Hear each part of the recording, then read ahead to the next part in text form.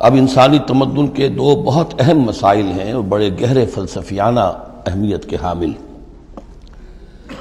پہلا مسئلہ ہے گناہوں کے بارے میں کہ ان میں ایک تقسیم ہے کبائر اور صغائر کی۔ بڑے بڑے گناہ، سب سے بڑا گناہ شرک ہے، کفر ہے، پھر یہ کہ جو فرائض ہیں ان کا ترک کرنا کبائر میں شامل ہوگا، جو حرام چیزیں ہیں ان کا ارتکاب کبائر میں شامل ہوگا۔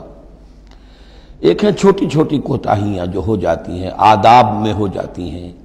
یا اور جو بھی باریک احکام ہیں ان میں کہیں کوتاہی ہو گئی ہے، یا بغیر کسی ارادے کے کہیں کسی کی بات ایسی کہہ بیٹھے ہیں کہ جو غیبت کے حکم میں آ گئی ہے، ارادہ نہیں تھا لیکن بات نکل گئی ہے، وغیرہ وغیرہ۔ اس میں جو ایک ہیلدی ایٹیچیوڈ ہے وہ یہ ہے کہ کبائر کا پورے اہتمام کے ساتھ بندوبست کیا جائے کہ اس سے انسان بالکل پاک ہو جائے، فرائض کی پوری ادائیگی، محرمات سے اجتناب مطلق۔ اور یہ چھوٹی چیزیں جو ہیں ان کے بارے میں نہ تو زیادہ ایک دوسرے پر نکیر کی جائے، نہ ایک دوسرے پر گرفت کی جائے، نہ کچھ اس پر بہت زیادہ جو ہے اپنے دل کے اندر بھی دل گرفتگی کی جائے، بلکہ ان کے بارے میں توقع رکھی جائے کہ اللہ تعالیٰ معاف فرما دے گا، استغفار کرے بھی آدمی۔ اور یہی صغائر ہیں جو نیکیوں کے ذریعے سے خود بخود بھی ختم ہوتے رہتے ہیں۔ یہ جو آتا ہے کہ جو شخص وضو کرتا ہے صحیح طریقے پر بیٹھ کر اطمینان سے، تو جب وہ ہاتھ دھوتا ہے تو ہاتھوں کے گناہ جھڑ جاتے ہیں، آنکھوں میں پانی ڈالتا ہے آنکھوں کا گناہ جھڑ جاتا ہے، وغیرہ وغیرہ۔ تو یہ وہ صغائر ہیں۔ ان الحسنات یذہبن السیئات، یہ نیکیاں جو ہیں ان بدیوں کو دور کر دیتی ہیں۔ کبائر معاف نہیں ہوتے اس سے، نیکیوں سے جن گناہوں کی معافی کا از خود اعلان ہے قرآن میں، وہ کبائر نہیں صغائر ہیں۔ کبائر توبہ کے بغیر وہ نہیں بخشے جا سکتے، توبہ کرنی ہوگی۔ اور جو اکبر الکبائر ہے شرک، اس کے بارے میں تو دو مرتبہ اس صورت میں آئے گا، ان اللہ لا یغفر ان یشرک بہ ویغفر ما دون ذلک لمن یشاء، وہ ہم پڑھیں گے بعد میں۔ لیکن ایک پرورٹڈ قسم کی مذہبی شخصیت ہوتی ہے، مذہبی مزاج، پرورٹڈ، مست شدہ۔ جو کبائر ہیں وہ تو ہو رہے ہیں، سود خوری ہو رہی ہے، جو کچھ ہو رہا ہے حرام خوری ہو رہی ہے، چھوٹی چھوٹی باتوں پر نکیر ہو رہی ہے، یہ پائنچا تمہارا نیچے کیوں چلا گیا ہے، اس کے اوپر ساری گرفت ہو رہی ہے، یہ کیا ہو گیا ہے، تمہاری داڑھی جو ہے شرعی نہیں ہے، اس کے اوپر گرفت ہو رہی ہے۔ یہ چیزیں جو ہیں دس از پرورشن، یہ مذہب کو بس کر دینے والی بات ہے۔ قرآن مجید میں اس معاملے کو 3 جگہ پر نقل کیا گیا ہے کہ یہ فلسفہ جو ہے کہ چھوٹی چیزوں کے بارے میں درگزر سے بھی کام لو، اور یہ کہ بہت زیادہ متفکر بھی نہ ہو، سینس آف پروپورشن ہونا چاہیے۔ ان تجتنبوا کبائر ما تنہون عنہ، اگر تم اجتناب کرتے رہو گے ان بڑے بڑے گناہوں سے جن سے کہ تمہیں روکا جا رہا ہے، نکفر عنکم سیئاتکم، تمہاری چھوٹی برائیوں کو ہم خود ہی دھوتے رہیں گے، پاک کرتے رہیں گے، صاف کرتے رہیں گے۔ جو بھی نیک کام کرو گے ان کے حوالے سے وہ جو فروغ داشتے ہیں وہ خود بخود بھی دھلتی رہتی ہیں۔ وَنُدْخِلْكُمْ مُدْخَلًا كَرِيمًا، اور تمہیں داخل کریں گے بہت ہی باعزت جگہ پر، جہاں کیا تمہارا مقام جو ہے باعزت اکرام کے ساتھ ہوگا۔ یہ مضمون سورہ شورى میں بھی آیا ہے، پھر سورۃ النجم میں بھی ہے، 3 مرتبہ یہ مضمون قرآن میں آیا ہے۔ دوسرا مسئلہ جو ہے انسانی معاشرے میں وہ فضیلت کا ہے۔ اب ظاہر بات ہے کہ تمام انسانوں کو ایک جیسا تو نہیں بنایا ہے اللہ نے، کسی کو خوبصورت بنا دیا، کسی کو بدصورت بنا دیا، کسی کا قد اونچا ہے، کوئی ٹھگنے قد کا ہے، لوگ اس پر ہنستے ہیں، یا کسی کو مرد بنا دیا، کسی کو عورت بنا دیا۔ اب عورت اپنے اندر ہی اندر کڑھتی رہے مجھے عورت کیوں بنایا، تو اس کا حاصل کیا ہوگا؟ یا کوئی بدصورت انسان ہے، ٹھگنا ہے کسی اور اعتبار سے، دوسرا شخص ہے وہ دیکھتا ہے کہ وہ تو بڑا اچھا ہے، تو اب اس کے اوپر کڑھنے کی بجائے کیا ہونا چاہیے کہ اللہ تعالیٰ نے مجھے جو کچھ دیا ہے مجھے اس کے اوپر صبر اور شکر کرنا چاہیے، اور جو فضل ہے کسی اور چیز میں بھی ہو سکتا ہے،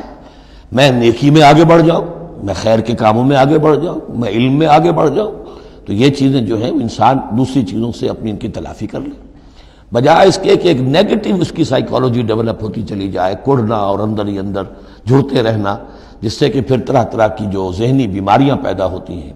انہی کانفلکٹس کی وجہ سے، انہی فرسٹریشنز کی وجہ سے مینٹل بیلنس آدمی لوز کر بیٹھتا ہے۔ تو اس کی بجائے دیکھیے کس قدر عمدہ تعلیم دی جا رہی ہے، وَلَا تَتَمَنَّوْا مَا فَضَّلَ اللَّهُ بِهِ بَعْضَكُمْ عَلَىٰ بَعْضٍ،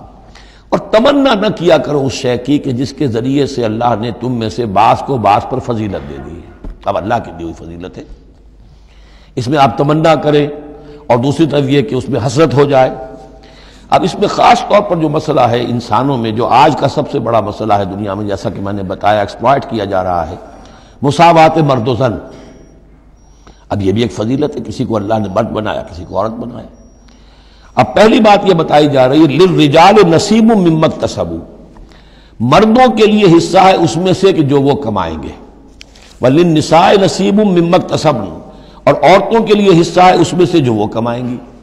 یعنی جہاں تک نیکیوں کا معاملہ ہے، بدیوں کا معاملہ ہے، خیرات کا معاملہ ہے، حسنات کا معاملہ ہے یا سیئات کا معاملہ ہے، اس میں بالکل ایکویلٹی ہے۔ مرد نے نیکی کمائی اس کے لیے،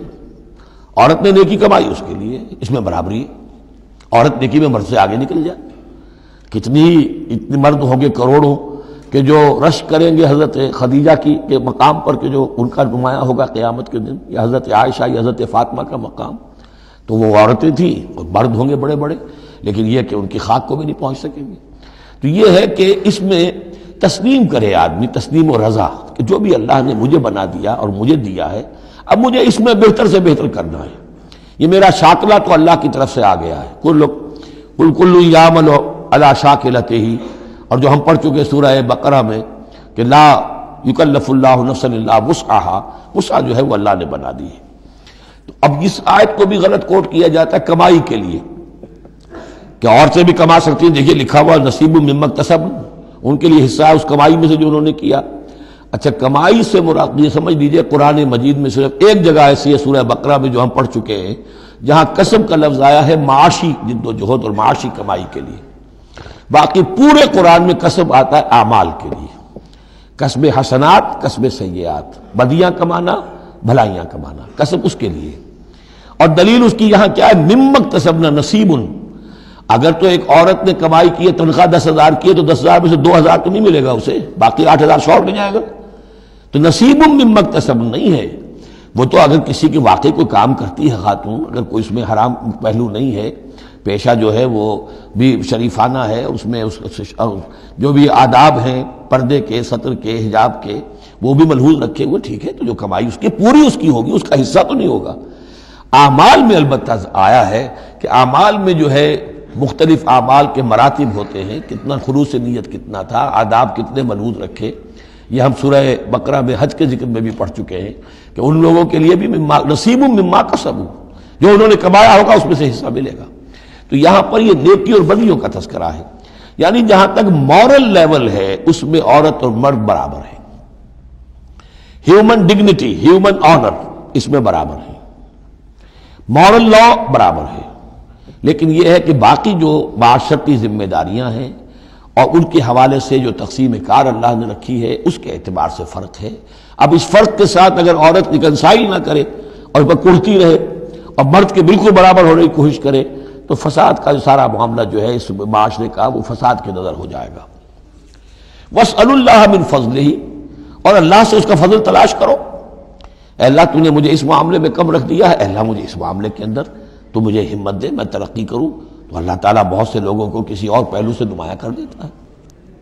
ان اللہ کان بکل شیء علیما، یقیناً اللہ تعالیٰ ہر شے کا علم رکھتا ہے۔